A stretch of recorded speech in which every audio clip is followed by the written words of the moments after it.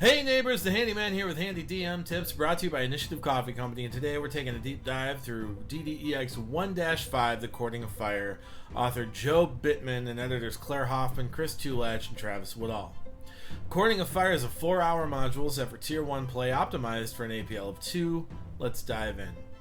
Some general notes. This module focuses on long social exploration combats, followed up by a mini dungeon that you should leave about an hour and a half for. The module has several NPCs to keep in mind. They're going to come up in later adventures, and making a note of them really establishes the threat posed by the Dragon Cult. The module lays out several important locales in Flan and provides opportunity to breathe life into the town. Starting out, like most of these modules, there's a lot of information here front-loaded. Like most of the modules, there's a reasonable opportunity for your players to know that information. The Circle of the Scale may be known to any druid or ranger with ties to the region.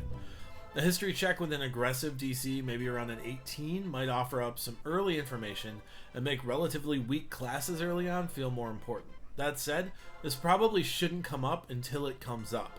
Offer this check after the thieves' intentions are discovered or abandoned belongings come up. The Cult of the Dragon is a major faction in the region. There are thousands of reasons other groups might try to infiltrate, spy on, or otherwise find out information on a group. Criminal networks, faction agents, let's make some checks. Beam and Spurnick were present at the Laughing Goblin or Tea Kettle if you made the recommended changes in Ddex 1-2. If your players have been spending a lot of time there, give them the opportunity to make an investigation check. This check won't give them a ton of information about the secret individuals, but it may offer limited knowledge, like that they are secretive and that they occasionally have other secret contacts in town. Maybe the check is high enough to realize that they have been missing for a day or two. Adventure hooks. These are always a touch prescriptive, but fortunately you have some free reign to come up with ones that match your party. The Vendetta hook seems interesting, but find a way to make it relevant. Part 1. Studies interrupted. This part starts with block text and bullets. Truth be told, the bullets are just further description of the bulletin board. To that end, summarize the bullets and add them to the block text that is already presented. Something like cutting out the last sentence and replacing it with, "The sign is burdened with dozens of similar billposts, but the newest and freshest features a human male. Young, with rat-like ears, it outlines dire charges such as theft, breaching the peace, rendering aids to the enemies of Flan and others. Across the top in bold black print reads, 'Wanted for thievery most cunning, reward promised by the Lord Sage of Flan.' Failing that, just start in Mantor's library with a similar billpost. It may save that awkward moment at the beginning of an adventure where you wait for players to do something and they finally say, we go meet the Lord Sage? Here's where another concern comes up. How much does your table know about Mantor's library? If they're from Flan or the surrounding area, I would say they definitely know at least what it is and what's done there. No checks required. Mantor's library is the largest point of interest in the city. If not, you're going to have to decide just how foreign your characters are. Mantor's library. When you're role-playing as Lord Sage of Flan, make decisions about who he is. The module describes him as taciturn and slow to display emotions, but you should come up with a character you're comfortable with. Lord Sage will come up in at least 2 other modules in Season 1, and potentially others depending on the player's desires and your willingness to grant an audience with him. Yes, he's a very busy man. Yes, the weight of Flan is on his shoulders, but with the players doing him a favor, maybe his whimsy indicates that he's taken an interest in the group. Make a choice, stick with it, and move forward. Any choice can be the right one. After you disseminate the information he has, a mystery starts. Realistically, we know who done it. The question is, where is he? Beam has been taken into custody, but Spurnick is still on the lam. There are 3 locations to look for information. Every time I run this, the party has decided to search their room first because it's in the library. Other than that, Stojanau Gate and the Laughing Goblin or Tea Kettle are your 2 destinations. Spurnick and Beam's room. There are a few continuity errors to contend with here. Presumably the dressers were provided by the library. I'm not sure how they would have overlooked a false drawer in their own dresser, but you'll have to work out a reasonable cover here. Did they smuggle the dresser in while they were here? Either way, if it wasn't obvious yet, Cult of the Dragon robes are pretty damning. In addition to the robes, there's a list of items here from the general store. I'll touch more on this in a second. Stojan Outgate. The Black Fist office offers one of two things. It's either an opportunity to further pre-existing tensions between the party and the Black Fist, or a substantial time sink. The difference here will determine whether we are on a scavenger hunt or playing out exciting role-playing opportunities. You have to make a call here. If you think the players are going to sink their teeth into an encounter with corrupt guards, absolutely play this out. If they've already had a negative encounter with the Black Fist, this may double down on those tensions and really develop the antagonists for what they are. If the table has been glossing over the Black Fist, skip this section with a few adjustments elsewhere. Take the list of goods from their room and change it to an order slip from Cockburns Grocery.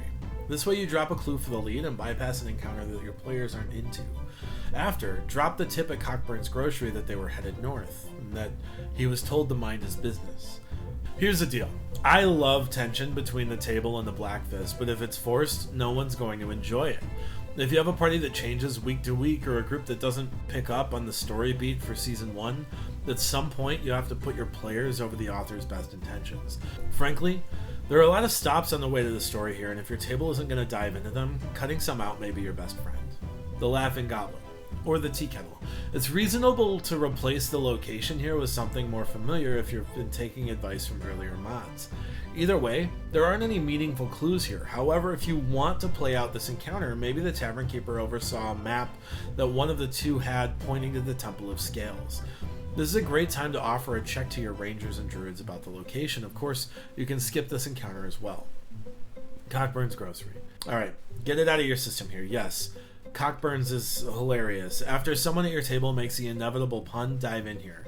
This encounter offers a few things. Clues that can be tracked down, and it gives the party the opportunity to stock up on missing supplies if they forgot to before the mission.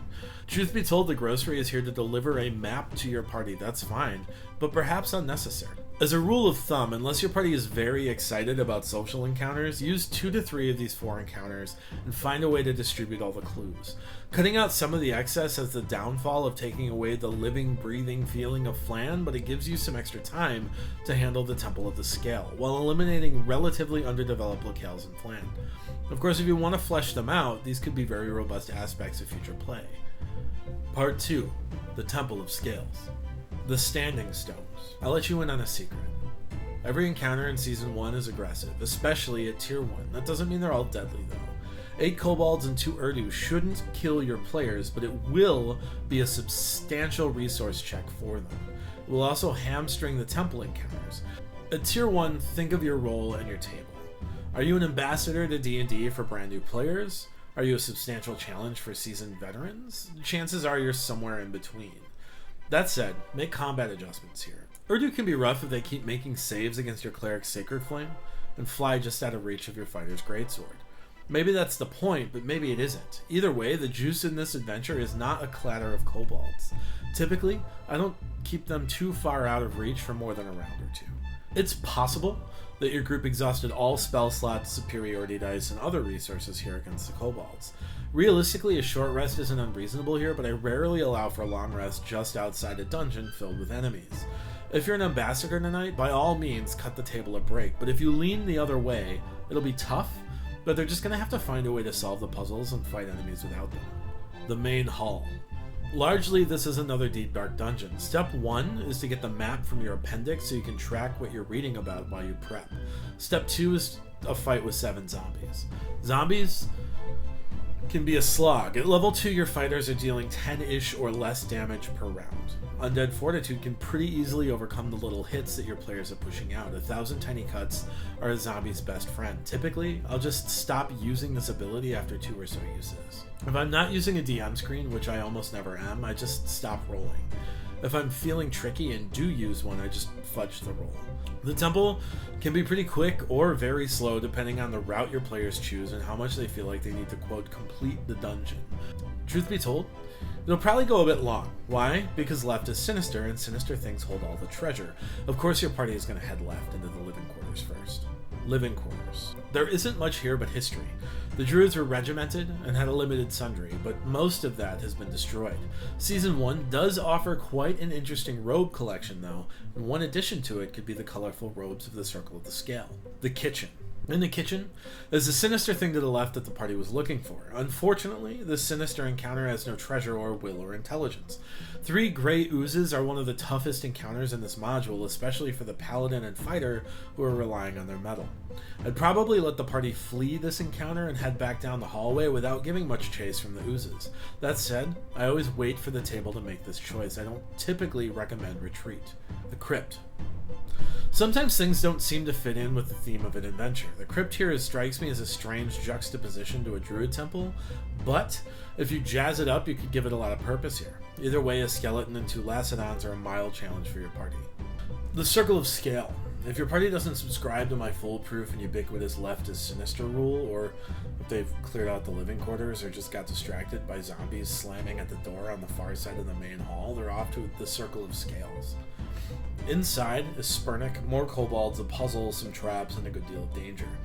Spurnik is worried about failure, but not altogether thrilled about the party either. The module indicates he isn't a coward, he just isn't stupid. Play this up however you want. Maybe that's the case. Maybe he is a coward. Maybe he's hot for combat. Make adjustments. That said, this encounter is one that has a few avenues for success, and your players have a lot of opportunity to shape it however they want. Feel free to go off book a bit here. Give advantage on social checks whenever you feel like it's warranted. The right check may even forfeit his stones. The White Shrine. The shrines hold the keys to the final chamber. Think of addressing a temperature change in the White Shrine. I would describe it as, quote, notably colder. Aside from that, there's a mildly dangerous scythe trap. The Black Shrine. The Black Shrine is already triggered and the stone is in the hands of Spurnik. Talk up the acrid smell of the room. The Blue Shrine. The Blue Shrine has a far-reaching lightning trap, and all told, it's probably the most deadly trap room left. The room should feel charged somehow. Maybe it smells of ozone. Think of ways to describe the dangers here. The party should come up with solutions to get the key. A barbarian might run through and outlast lightning damage. A mage hand might grab the stone. There are 1,000 ways to get this key, and any idea the players come up with, just run with it and play out the consequences. The Green Shrine. The Green Shrine has another dangerous hazard to avoid. The poison gas here is a bit rough, but only because it happens every round. Once again, your players should find a solution. Any solution gets them the stone.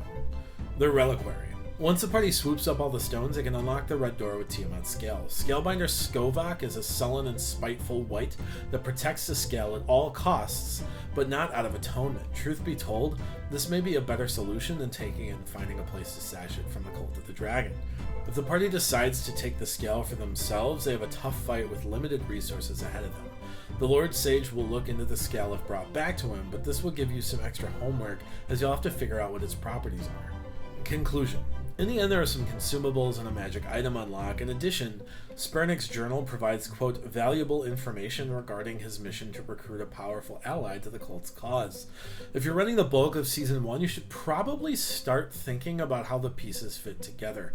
It's a lot to ask for a DM to read through all of the modules in Season 1 and come up with a long-term game plan for the whole run, but you should start putting pieces together from the modules that you've already run and think about how they fit going forward. So there it is, DDEX 1-5 Courting of Fire. Truth be told, this starts the weakest part of Season 1, mostly because it runs together a bit with DDEX 1-6, The Scroll Thief. In truth, there's a lot of good in both of these mods, but you have to dig your way through a scavenger hunt to get there. All told, Courting of Fire is at least interesting because of the traps and key puzzle, as well as the background information available to players that want to seek it out. That said, running slow progression for the season requires 8 modules to hit Tier 2. Season 1 offers 9 Tier 1 modules. This might be a good one to skip over. Anyway, thank you so much for listening to some tips on DDEX 1-5 Courting of Fire. Be a good neighbor, give us a thumbs up and subscribe. Find us on Twitter, Instagram, Facebook, and Patreon. And from now until the next time, roll together.